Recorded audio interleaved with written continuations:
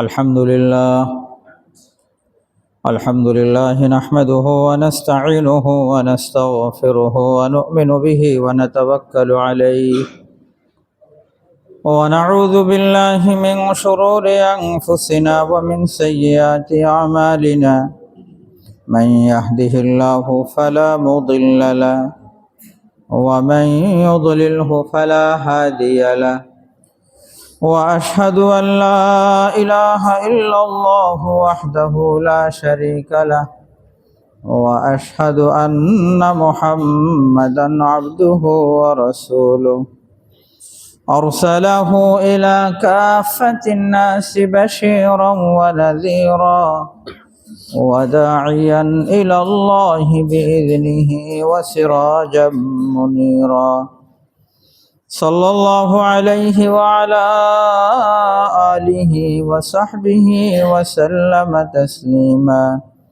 أما بعد فأعوذ بالله من الشيطان الرجيم بسم الله الرحمن الرحيم يا أيها الذين آمنوا ادخلوا في السلم كافة ولا تتبعوا خطوات الشيطان إنه لكم عدو مبين وقال النبي صلى الله عليه وسلم الكيس من دان نفسه وعمل لما بعد الموت والعاجز من أتبع نفسه هواها وتمنى على الله صدق الله العظيم وصدق رسوله النبي الكريم ونحن على ذلك من الشاهدين والشاكرين والحمد لله رب العالمين درشق اللهم صل على محمد وعلى آل محمد كما صليت على إبراهيم وعلى آل إبراهيم إنك حميد مجيد اللهم بارك على محمد وعلى آل محمد كما باركت على إبراهيم وعلى آل إبراهيم إنك حميد مجيد الحمد لله رب العالمين মেহেরবানি করে আমাদেরকে আগে আগে মসজিদে আসার তৌফিক দান করেছেন। এই জন্য সকলে শুকরিয়া আদায় করে বলি আলহামদুলিল্লাহ। প্রতি জমাতে আমরা কিছু আলোচনা করি। আল্লাহ তাআলা মেহেরবানি করে আমাদেরকে দিলের কান দিয়ে শোনার তৌফিক দান করেন। রব্বুল আলামিন মেহেরবানি করে আমাদেরকে আমলের নিয়তে শোনার তৌফিক দান করেন। আমি আপনাদের সামনে একটা আয়াত তিলাওয়াত করেছি। আল্লাহ তাআলা এই আয়াতে বলেন, ইয়া আইয়ুহাল্লাযীনা আমানু, হে ঈমানদারেরা, উদখুলু ফিস সিলমি কাফা, তোমরা পূর্ণাঙ্গ রূপে ইসলামে প্রবেশ করো, পরিপূর্ণ মুসলিম হও, আংশিক মুসলিম না। উদখুলু ফিস সিলমি কাফা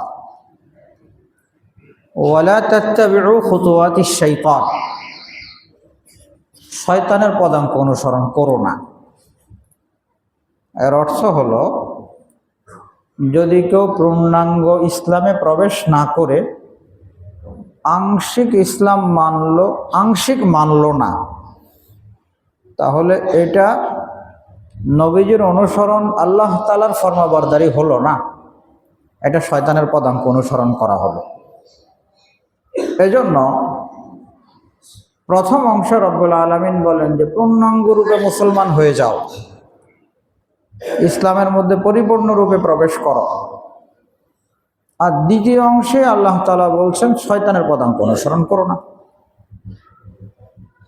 সাথে রব্বুল আলামিন বলছেন ইন্নাহু লাকুম আদুউম মুবিন, শয়তান তো তোমাদের স্পষ্ট শত্রু। অতএব শয়তানের কথা মেনো না,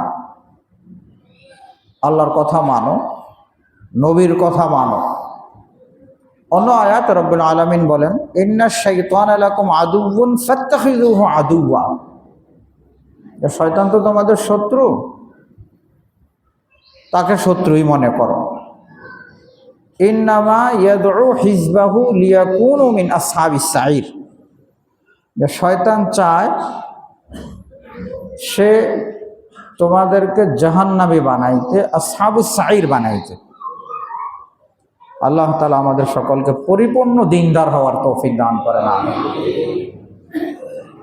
এই আয়াত নাজিল হওয়ার একটা প্রেক্ষাপট আছে। প্রেক্ষাপটটা বললে বুঝে আসবে বিষয়টা। হযরত আব্দুল্লাহ বিন সালাম রাদিয়াল্লাহু তাআলা আনহু, উনি ইহুদি পণ্ডিত ছিলেন, ইহুদিদের বহুত বড় আলেম ছিলেন। উনি ইসলাম গ্রহণ করলেন। ইসলাম গ্রহণের পরে ওনার মাথায় আসলো যে কিছু বিষয় তো এমন যেটা ফরজ, ওয়াজিব, না করলেই না, করতেই হবে। আর কিছু বিষয় শরীয়তে এমন যে শরীয়ত বলছে জায়েজ, করলে ঠিক আছে, না করলেও ক্ষেত্র বিশেষ চলতে পারে। তো ওই সমস্ত বিষয়গুলোতে যদি আমি অন্য ধর্মেরও খেয়াল করলাম তো সমস্যা কি? এইদিকেও কোনো ফরজ ওয়াজিব লঙ্ঘন হলো না, আর ওইদিকে অন্য ধর্মের প্রতিও একটু খেয়াল করা হয়ে গেল। সেই হিসাবে উনি চিন্তা করলেন যে ইসলাম ধর্মে ফজিলত জুমার দিনের, জুমার দিন ইবাদত বন্দেগীর জন্য আল্লাহ তাআলা বিশেষভাবে নির্বাচন করেছেন। এটা আমাদের ফজিলতের দিন, আমরা জুমা আদায় করি, বিশেষভাবে ইবাদত বন্দেগীতে বেশি করে লিপ্ত হওয়ার চেষ্টা করি। আর ইহুদি ধর্মে হলো কি বার? রবিবার। তো ইসলাম ধর্মে ইজ্জত সম্মান জুমার দিনের, কিন্তু রবিবার দিনের বেইজ্জতি তো ইসলাম ধর্মে নাই। রবিবার দিন অন্যান্য 6 দিনের মতো দিন। তো উনি চিন্তা করলেন, আমি যদি রবিবারের একটু বিশেষ ইহতেমাম করলাম, এটাকে বিশেষ ইবাদতের দিন, জুমার দিনের মতো মনে করলাম না, কিন্তু এটাকে একটা বিশেষ গুরুত্ব দিলাম, সমস্যা তো নাই। এ হলো এক বিষয়। দ্বিতীয় বিষয় হলো, ইসলাম ধর্মে ওটের গোশত খাওয়া জায়েজ, গরুর গোশত, ওটের গোশত খাওয়া কি আছে? জায়েজ আছে। কিন্তু ইহুদি ধর্মে ওটের গোশত খাওয়াটা মৌলিকভাবে জায়েজ ছিল, বৈধ ছিল, কিন্তু ইহুদিদের নিজেদের উপরে ওটের গোশতকে হারাম করে নিয়েছে। অন্য জায়গায় আলোচনা আছে, কোরআনুল কারীমেও আছে। তো উনি চিন্তা করলেন, আমি ওটের গোশত খাইলাম না, তো ইসলাম ধর্মে তো আর ওটের গোশত খাওয়া ফরজ ওয়াজিব না। কেউ যদি ওটের গোশত না খায় তাহলে কি ফরজ ওয়াজিব ছুটবে? ছুটবে না। হ্যাঁ, ইহুদি ধর্মে যেহেতু নিষেধ, তা আমি খাইলাম না, তাহলে ওই ধর্মের প্রতি একটু কি করা হয়ে গেল? খেয়াল করা হয়ে গেল।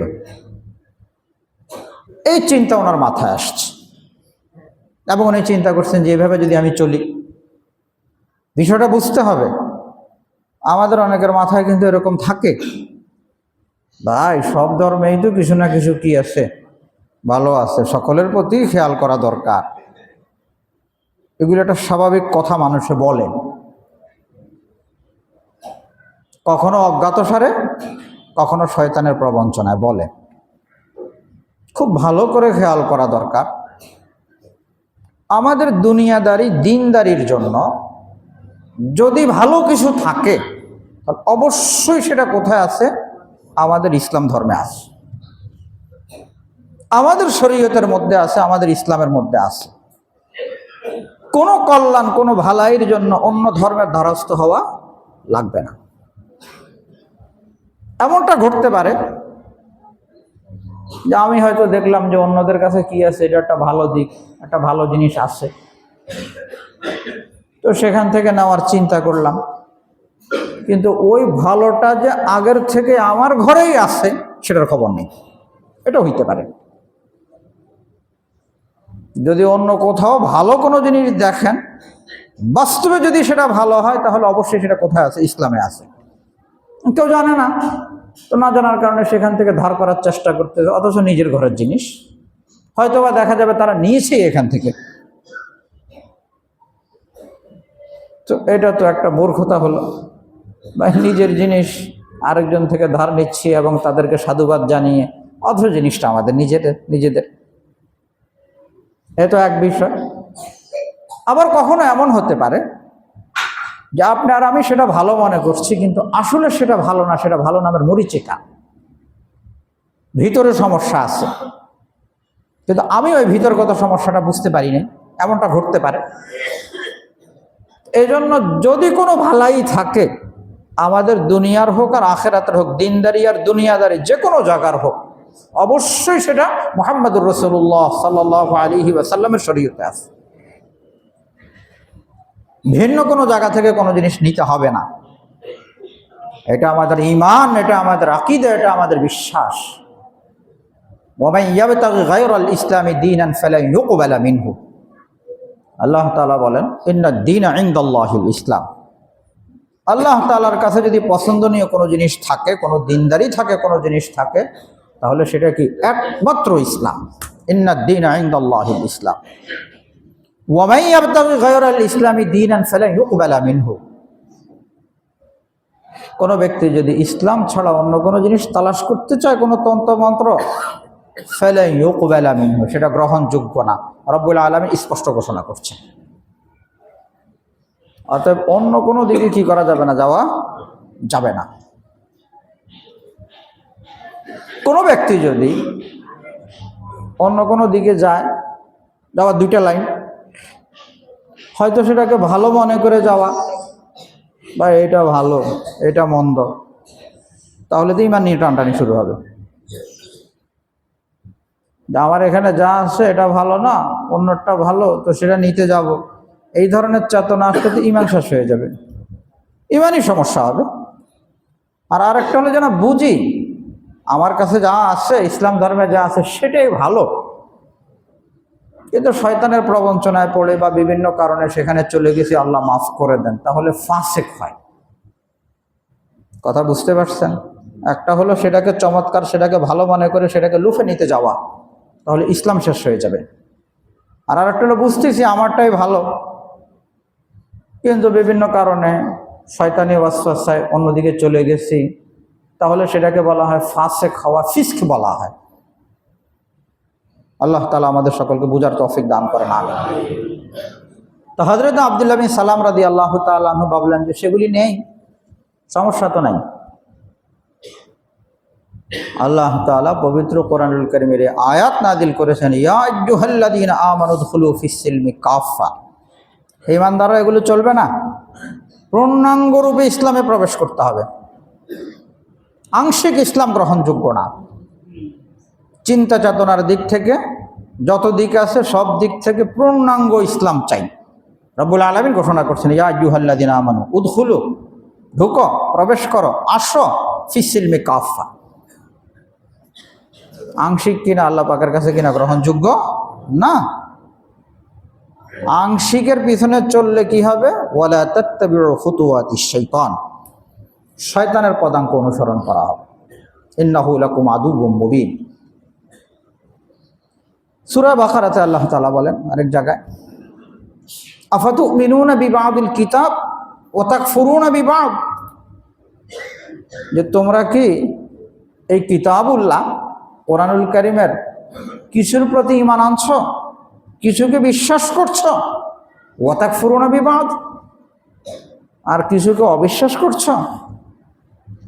যদি এমন হয়, কিছু ঈমান কিছু কুফর, কিছু বিশ্বাস কিছু অবিশ্বাস, তার অর্থ আংশিক, তার অর্থ পূর্ণাঙ্গ হলো না, কি হয়ে গেল?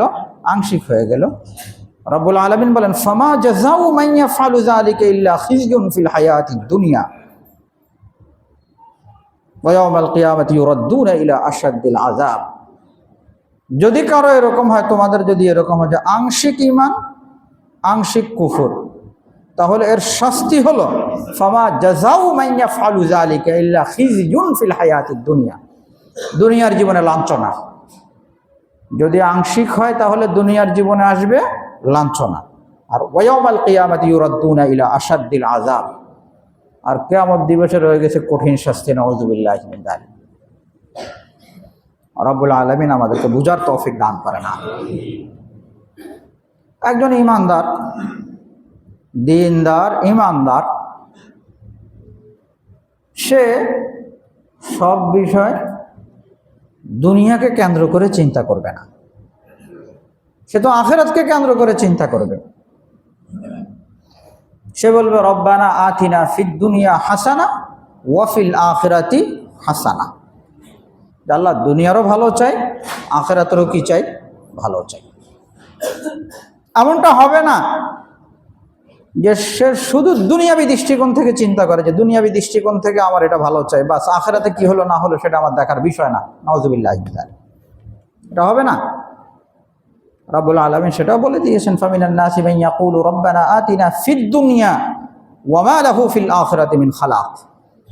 যে কিছু মানুষ এরকম আছে যারা বলে যে আল্লাহ দেন দুনিয়া, দুনিয়া চাই, দুনিয়া চাই, সব বিষয় খালি দুনিয়াবী দৃষ্টিকোণ থেকে চিন্তা করে। আল্লাহ তাআলা বলেন ফামা লাহু মিন আখিরাতি মিন খালাক, আখিরাতে কিছু নাই। আর ওয়া মিনহুম মান ইয়াকুলু রব্বানা আতিনা ফিদ দুনিয়া হাসানা ওয়া ফিল আখিরাতি হাসানা। আর কিছু মানুষ এমনও আছে যারা বলে আল্লাহ দুনিয়ারও কল্যাণ চাই, আখিরাতেরও কল্যাণ চাই। তার মানে যে কোনো বিষয় সামনে আসলে শুধু দুনিয়াবী দৃষ্টিকোণ থেকে এটাকে মাপবে এমনটা না, দুনিয়াবী এবং উখরাবী দ্বীনি দৃষ্টিকোণ দোনো দৃষ্টিভঙ্গি নিয়ে ফিকির করে সে অগ্রসর হবে। রব্বানা আতিনা ফিদ দুনিয়া হাসানা ওয়া ফিল আখিরাতি হাসানা ওয়া কিনা আযাবান নার। জাহান্নাম থেকে বাঁচতে চাই।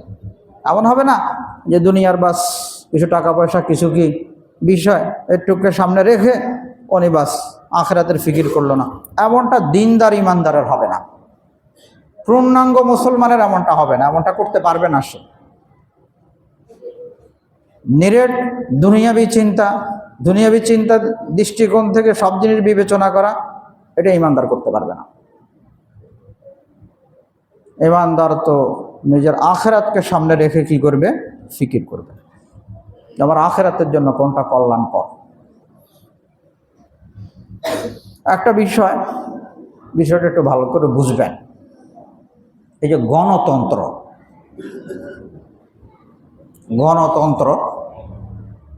এখন তো সব জায়গায় গণতন্ত্র মানে কি? একজন দিনদার ঈমানদার সে কিভাবে ভাববে, কিভাবে চিন্তা করবে? আমাদের যে পবিত্র কোরআনুল কারীমের যে সমস্ত নিষেধাজ্ঞাগুলো, যে সমস্ত বিধানগুলো স্পষ্টভাবে কোরআনুল কারীমে বর্ণিত হয়েছে, গণতন্ত্রের নাম দিয়ে এগুলোর বাইরে যাওয়ার কি কোনো সুযোগ আছে একজন ঈমানদারের? বলেন, যাইতে পারবে? যদি বলে যে ভাই গণতান্ত্রিক দেশ, এখানে মেজরিটি যা বলবে সেটাই আইন হবে, চলবে ঈমানদারের জন্য? এটা ঈমানদার এটা বললে তো ঈমানই শেষ। ঈমানদার এটা বললে সে তার ঈমান শেষ। দেখেন, একটা উদাহরণস্বরূপ বলি। এই যে দণ্ডবিধি, শরীয়তের দণ্ডবিধি, এটা মৌলিকভাবে দুই প্রকারের বলতে পারি আমরা। কিছু অপরাধ এরকম যে অপরাধের ক্ষেত্রে কোরআনুল কারীম, হাদিস শরীফ স্পষ্টভাবে বিধান জারি করেছে যে এই অপরাধ যদি এইভাবে প্রমাণিত হয় তাহলে এই শাস্তি, এই অপরাধ এইভাবে প্রমাণিত হলে এই শাস্তি। কেউ কাউকে হত্যা করেছে, নাউযুবিল্লাহি মিন যালিক। এখন হত্যাটা শরীয়তের রূপরেখা অনুযায়ী যখন প্রমাণিত হবে, তখন কোরআনুল কারীম বলে দিয়েছে ওয়ালাকুম ফিল কিসাসি হায়াতুন ইয়া উলিল আলবাব। এখানে হত্যাকারীকে প্রাণদণ্ড দিতে হবে। এটা রাষ্ট্রপ্রধানের জন্য, যারা রাষ্ট্র পরিচালনা করবে তাদের উপর আবশ্যক। এবং এই বিধানের ক্ষেত্রে ভিন্ন কিছু করা যদি শরীয়তের আলোকে প্রমাণিত, এই কথাটা খেয়াল করা লাগবে। একটা হলো বাস মন চাইলো দিয়ে দিল, আর এগুলি দিয়ে মানুষে ভয় দেখাইলো, হ্যাঁ এরকম করো, শরিয়া আইন চালু করবে। আরে ভাই, শরিয়া আইন চালু ধমকের কি আছে এখানে? এর অর্থ তো বোঝা যায় যে শরিয়া আলোকে প্রমাণিত হওয়া ছাড়াই গড়পড়টা কি দিয়ে দিবে, প্রাণদণ্ড দিবে। তো এটা কি শরীয়ত বলেছে কখনো? এটা তো শরীয়ত বলে না। এই শরীয়তকে ভিন্ন আকারে মানুষের সামনে পেশ করছে ভীতিকর রূপে নালায়েকের দল। যেভাবে শরীয়ত প্রমাণিত করার রূপরেখা বলেছে, সেই রূপরেখা অনুযায়ী যখন প্রমাণিত হবে তখন, এছাড়া তো ওই শাস্তি দিতে পারবে না। এখন শরীয়তের কি বিধান এ সম্পর্কে ভিন্ন আলোচনা লম্বা করে বলতে হবে, সময় তো শেষ হয়ে যাচ্ছে আবার। তো জিনা ব্যভিচার, সেক্ষেত্রেও শাস্তি। মদ পান করা, কারো প্রতি অপবাদ লাগানো, এগুলো শরিয়া আলোকে যখন প্রমাণিত হবে তখন শরীয়তের বিধান জারি করা আবশ্যক। আর সেটা ধনী গরিব, শিক্ষিত অশিক্ষিত কারো ক্ষেত্রে তারতম্যের কোনো সুযোগ নেই, সেটা বাস্তবায়ন করতে হবে। হ্যাঁ, যদি শরীয়তের আলোকে সেটা প্রমাণিত করতে না পারে তাহলে কিন্তু আবার ওই শাস্তি না। তখন সেক্ষেত্রে ওই যেটা শরীয়তের আলোকে শরীয়তের সুনির্ধারিত শাস্তি যেটা, সেটাকে বলা হয় হুদুদ, হুদুদ কিসাস বলা হয়। আর ওইভাবে যদি প্রমাণিত না হয় বা অন্যান্য জিনিস যেগুলো এগুলোর আওতাভুক্ত না, এরা আওতার বাইরে, সেগুলোর ক্ষেত্রের শাস্তির নাম হলো তাজির, তাজিরি শাস্তি বলা হয়। ওই তাজিরি শাস্তিটা আবার নিজেরা নিজেদের মতো করে যেটাকে কল্যাণকর মনে করে সেই বিধান, সেই নিয়ম করা যাইতে পারে, সেই নিয়মটা নিজেদের মতো করে করা যাইতে পারে। কথা বুঝতেছেন? উদাহরণস্বরূপ এই যে ধরেন মসজিদে 5 ওয়াক্ত নামাজ হবে, এখানে কি ভিন্ন কোনো কথা বলার কোনো সুযোগ আছে? হ্যাঁ, কমিটির লোকজন কতজন হবে? 13 জন হবে, 31 জন হবে, কয়জন হবে? এটা নিজেরা মিলে বসে সিদ্ধান্ত নেন, কোনো সমস্যা আছে? হ্যাঁ, সমস্যা তো নেই।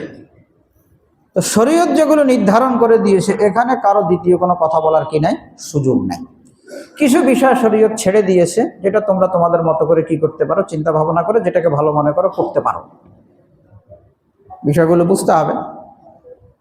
তো শরীয়ত যেগুলো এরকম সুনির্দিষ্টভাবে বলে দিয়েছে, এর বাইরে গিয়ে গণতন্ত্রের নাম নিয়ে কোনো কিছু করবে, এর সুযোগ কারো নাই। এর সুযোগ কি নাই, কারো নাই। অতএব নিরেট গণতন্ত্র, যে সব এমপি সাহেবরা মিলা যা করবে সেটা আমাদের দেশের আইন হয়ে যাবে, আর সেটা কি করবেন, পছন্দ করে একজনে গ্রহণ করবে, এর সুযোগ ইমানদারের নাই। কোরআন এবং হাদিস বিরোধী কোনো আইন হবে আর সেটা সমর্থন করবে, সেটা করবে আর সমর্থন করবে, এগুলোর সুযোগ নাই। আল্লাহ তাআলা আমাদের সকলকে বুঝ দান করেন, আমিন। অতএব এমন যেন না হয় গণতন্ত্রের হালুয়া খাইতে গিয়ে ইসলাম চলে গেল, নাউযুবিল্লাহ। অনুরূপ ধর্মনিরপেক্ষতাবাদ, ধর্মনিরপেক্ষ কি অর্থের? ইয়া আইয়ুহাল্লাযীনা আমানু উদখুলু ফিস-সিলমি কাফা, আল্লাহ তাআলা বলছেন যে পূর্ণাঙ্গ রূপে তুমি মুসলমান হও। আর একজন মুসলমান বলে আমি ধর্মনিরপেক্ষ। আরে ধর্মনিরপেক্ষ মানে তুমি না মুসলমান, তুমি কিভাবে ধর্মনিরপেক্ষ হও? ধর্মনিরপেক্ষতার মতবাদ তো মুসলমানের না, এটা তো খ্রিস্টানদের, এটা তো অন্য ধর্মাবলম্বীদের। তারা কথা বলে যে ভাই ধর্মের সম্পর্ক আমার ব্যক্তিগত জীবনের সাথে, ব্যক্তিগত জীবনে আমি যা খুশি তা করব। বাকি যখন আরেকজনের সাথে করতে যাব, আমি আরেকজনের সাথে ব্যবসা বাণিজ্য, লেনদেন, সামাজিকতা, এখানে আমি যা খুশি তা করব, এখানে আমি ধর্মনিরপেক্ষ। তারা বলতে পারে, হিন্দুরা বলতে পারে। কিন্তু একজন মুসলমান যদি বলে যে আমি সর্বক্ষেত্রে ধর্মনিরপেক্ষ, কোরআন বলে রিবা ছাড়ো, সুদ ছাড়ো, সুদ হারাম না, সুদটাকে হারাম বলছে কোরআনুল কারীম। এখন সে বলে আরেকজনের সাথে লেনদেন, এটা তো আমি যা খুশি তা করতে পারি, এক্ষেত্রে তো ধর্মের কোনো বিষয় নেই। যে কথা বলবে যে সুদী লেনদেনের ক্ষেত্রে ধর্মের কোনো বিষয় নেই, ধর্মের বিষয় টেনে আনা ঠিক হবে না, এটা মুসলমান হলে করতে হবে। এরা আংশিক হয়ে গেল মুসলিম, আংশিক ইসলাম না, আল্লাহ পাকের কাছে গ্রহণযোগ্য না। যে সমস্ত বিষয়গুলো শরীয়ত বলে দিয়েছে যে ঠিক আছে তুমি বিল্ডিং করবা, কোন দিকে কিভাবে কি করবা তুমি করো, এখানে শরীয়ত কোনো বিধিনিষেধ আরোপ করে নাই। কিন্তু যেখানে সামাজিকতার বিষয়, লেনদেনের বিষয়, যেখানে শরীয়ত সুনির্দিষ্টভাবে কোরআনুল কারীম বলে দিয়েছে, কিন্তু সেখানে কোনো ব্যক্তি ধর্মনিরপেক্ষ হয়ে যাবে আর নিজেকে বলবে আমি ইমানদার, আস্তাগফিরুল্লাহ। অতএব গণতন্ত্রের শিরোনাম, সেকুলারিজমের শিরোনাম, এগুলো দিয়ে কোনো ব্যক্তি যদি কিনা বেশি মডার্ন হইতে যায় তাহলে তার ইসলাম চলে যাবে। এই বিষয়গুলো বুঝে নিতে হবে। আমরা রব্বানা আতিনা ফিদ দুনিয়া হাসানা ওয়াফিল আখিরাতি হাসানা, দুনিয়ারও ভালাই চাই, আখিরাতও কি চাই, ভালাই চাই। দুনিয়ার চিন্তা করতে গিয়ে আমরা আখিরাত বিসর্জন দিতে রাজি না। কেউ আছে না এরকম আখিরাত বিসর্জন দিবেন দুনিয়ার চিন্তা করে? কোনো ইমানদার হইতে পারে না। তো আমাদের যে কোনো বিষয় আসলে চিন্তা করতে হবে যে আখিরাতের দৃষ্টিকোণ থেকে কোনটা সহি কোনটা সহি না, কোরআনী দৃষ্টিকোণ থেকে কোনটা সহি কোনটা সহি না, এটা আমাদেরকে চিন্তা করতে হবে। সেই চিন্তা করে আমাদেরকে অগ্রসর হইতে হবে। ইউরোপ আমেরিকা ওয়ালারা আমাদেরকে যত কিছুই শিখাক না কেন, সেই বিষয় শিখতে গিয়ে আমরা কোরআন হাদিস তো ভুলে যেতে পারবো। আমরা তো আল্লাহকে ছাড়তে পারবো না, আমরা তো রসুলকে ছাড়তে পারবো। এটা তো আমাদের সবার আগে থাকবে। এ বিষয়ে তো আমাদের কারোর সাথে কোনো আপোষ নাই, এবং আপোষের কোনো কি নাই, সুযোগও নাই। রব্বুল আলামিন আমাদের সকলকে পূর্ণাঙ্গ দিনদার হওয়ার তৌফিক দান করেন। সামনে ভোট আসতেছে, কাকে ভোট দিব? একটা স্লোগান থাকে, আমার ভোট আমি দিব, যাকে খুশি তাকে দিব। যাকে খুশি তাকে দিবেন মানে এটার কি অর্থ? ফাম্মা মান তাগা ওয়া আসারাল হায়াতাদ দুনিয়া ফাইন্নাল জাহিমা হিয়াল মাওয়া।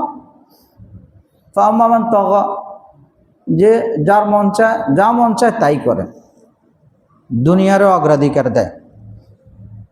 আল্লাহ তাআলা বলেন ফাইন্নাল জাহিমা হিয়াল মাওয়া, জাহান্নাম তো তার ঠিকানা। আর ওয়া আম্মা মান খাফা মাকামা রাব্বিহি ওয়া নাহান নাফসা আনিল হাওয়া, আর যে কথার ভয় তার দিলের মধ্যে আছে, আমি যা করি আল্লাহর সামনে আমাকে দাঁড়াইতে হবে, আমার মন যা চায় তা না, বরং শরীয়ত যা চায় আমি সেটাকে বাস্তবায়ন করব। রব্বুল আলামিন বলেন ফাইন্নাল জান্নাতা হিয়াল মাওয়া, তার ঠিকানা জান্নাত। অর্থাৎ যারে খুশি তারে দিব না, বুঝে শুনে আমাকে কি করা লাগবে, দেওয়া লাগবে। কি বলেন? বুঝে শুনে দেওয়া লাগবে না?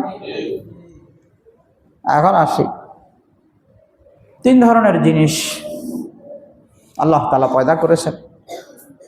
একটা হলো জড় পদার্থ। জড় পদার্থের কি বুঝ শক্তি আছে? ইচ্ছা শক্তি নাই। হায়ওয়ান জানোয়ার, হায়ওয়ান জানোয়ারের ইচ্ছা শক্তি আছে, বুঝ শক্তি নাই। মানুষের মতো বুঝ শক্তি নাই। কিন্তু আল্লাহ তাআলা আমাদেরকে বানিয়েছেন কি মানুষ, আমাদের ইচ্ছা শক্তিও আছে, আমাদের বুঝ শক্তিও আছে। আমাদের ইচ্ছা শক্তি এবং বুঝ শক্তি উভয়টা আল্লাহ পাক রব্বুল আলামিন দিয়েছে। এই বুঝ শক্তিটাকে ব্যবহার করার জন্যে রব্বুল আলামিন শরীয়তের মানদণ্ড দিয়েছে, আমাদেরকে শরিয়া দিয়েছেন, শরীয়তের রূপরেখা দিয়েছেন, মানদণ্ড দিয়েছেন। যখন কোনো ইমানদার নিজের ওই বুঝ শক্তিটাকে শরীয়তের মানদণ্ডে ফিকির করে যখন কাজে লাগাবে, তখন সে নাজাত পাবে। তখন কি পাবে? নাজাত পাবে। ভোটের ব্যাপারে, ভোটটা কি? নম্বর এক, ভোটটা হলো আপনার আমার সাক্ষ্য দেওয়া, শাহাদাত। পবিত্র কোরআনুল কারীমে আসছে ওয়ালা তাকতুমুশ শাহাদা ওয়া মান ইয়াকতুমহা ফাইন্নাহু আসিমুন কলবুহু। একজনের ব্যাপারে সাক্ষী দেওয়া যে এই লোকটা এই কাজের উপযুক্ত এবং দিয়ানতদার, আমানতদার।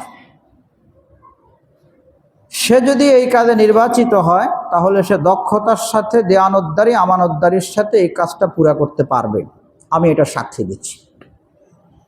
কথা বুঝতেছেন? ভোটটা হলো সাক্ষ্য।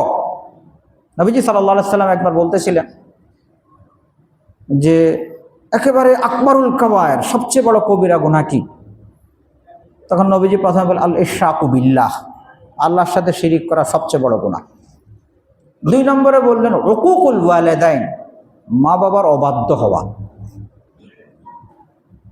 আর 3 নম্বর বিষয় যখন আসছেন, নবীজি শোয়া ছিলেন, নবীজি উঠে বসে গেলেন, বসে 3 নম্বরটা বলেন ওয়াশাহাদাতু জুর, মিথ্যা সাক্ষ্য দেওয়া। মিথ্যা সাক্ষ্য দেওয়া 3 নম্বরে মিথ্যা সাক্ষ্যর কথা বললেন, এবং এই মিথ্যা সাক্ষ্য বলার সময় গুরুত্ব বোঝাবার জন্য নবীজি শোয়া থেকে বসে গেছেন। ওয়াশাহাদাতু জুর। অতএব কোনো ব্যক্তি যদি চিন্তা ফিকির করে যাকে দিচ্ছে ভোটটা সে এই কাজের যোগ্য এবং সে দিয়ানতদার, আমানতদার, তাহলে তো ঠিক। কিন্তু যদি এমনটা না হয়, মন যা চায় তারই দিয়ে দিল, সাক্ষী যে দিচ্ছে এ বিষয়ে ফিকিরই করলো না, মিথ্যা সাক্ষ্য দিল, যাকে দিচ্ছে সে এই কাজের উপযুক্ত না, দিয়ানতদারি আমানতদারি কিচ্ছু নেই, তাহলে সেটা কিন্তু আকবরুল কাবায়ের, শাহাদাতুজ জুর, মিথ্যা সাক্ষ্যটা। আল্লাহ তাআলা বলেন ওয়ালা তাকতুমুশ শাহাদা, যদি তোমাদের কাছে যদি সাক্ষ্য চাওয়া হয় কে যোগ্য, তাহলে এটাকে গোপন করো না। যদি গোপন করে তাহলে কিন্তু ফাইন্নাহু আসিমুন কালবু, গুনাহগার হবে। আবার মিথ্যা সাক্ষ্য দেওয়ারও কি নাই সুযোগ। প্রথম বিষয় হলো ভোটটা হলো শাহাদাত, সাক্ষ্য, সাক্ষ্য প্রদান। দ্বিতীয় হলো শাফাআত, সুপারিশ। রব্বুল আলামিন ওয়া ইয়াশফা শাফাআতান হাসানাতান ইয়াকুল লাহু নাসিবুম মিনহা, কেউ যদি সুপারিশ, ভালো কাজের সুপারিশ করে, হ্যাঁ এই লোকটাকে এখানে দেন, আমি সুপারিশ করছি, সে ভালো হবে। যদি ভালো হয় তাহলে এই ভালোর সে কীভাবে প্রতিদান পাবে? আল্লাহ তাআলা বলেন ওয়া মান ইয়াশফা শাফাআতান সাইয়্যাতান, আর কেউ যদি গলত সুপারিশ করে, ইয়াকুল লাহু কিফলুম মিনহা, তাহলে এই গলত কাজের হিস্সা, অংশ বিশেষ সে পাবে। তো একটা বললাম যে সাক্ষ্য দেওয়া, দ্বিতীয় হলো কি করা? সুপারিশ করা। 3 নম্বর বিষয় ভোটের হাইসিয়ত মুফতি মোহাম্মদ শফি সাহেব রহমতুল্লাহ আলাইহি আলোচনা করেছেন, ওয়াকালাত, প্রতিনিধিত্ব।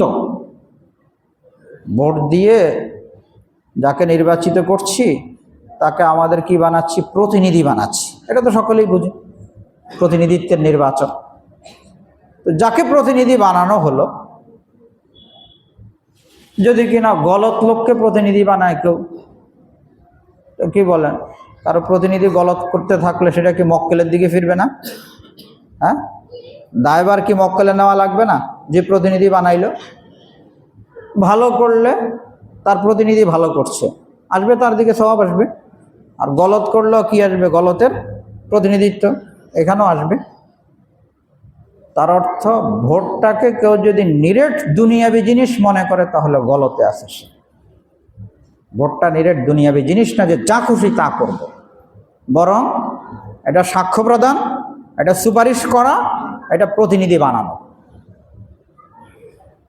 এবং এই 3 বিষয়ের ক্ষেত্রে যে দিবে তার দায় নিতে হবে, বুঝে শুনে দেওয়া লাগবে।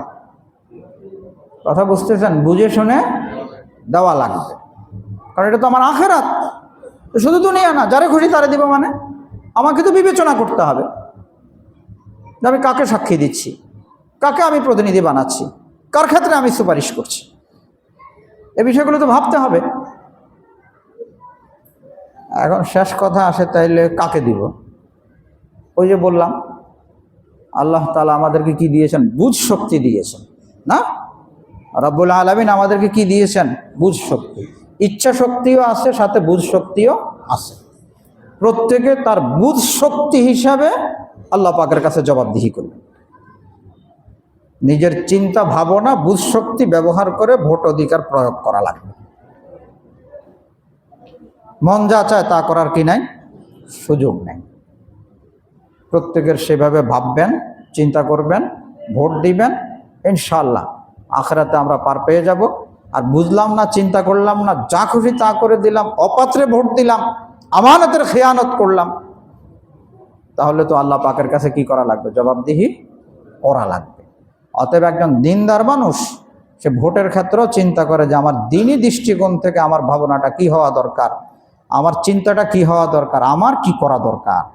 এইভাবেই সে কি করবে? চিন্তা করবে, ফিকির করবে এবং সেভাবে অগ্রসর হবে। আল্লাহ তাআলা আমাদেরকে সেভাবে অগ্রসর হওয়ার তৌফিক দান করেন। রব্বুল আলামিন আমাদের দেশের জন্য, আমাদের দ্বীনের জন্য যারা উপকারী হবে রব্বুল আলামিন মেহেরবানি করে তাদেরকে আমাদের দেশের জন্য নির্বাচিত করে দেন। সকলে বলি আমিন। ওয়া মা আলাইনা ইল্লাল বালাগ ওয়া আখিরু দাওয়ানা আলহামদুলিল্লাহি রাব্বিল আলামিন।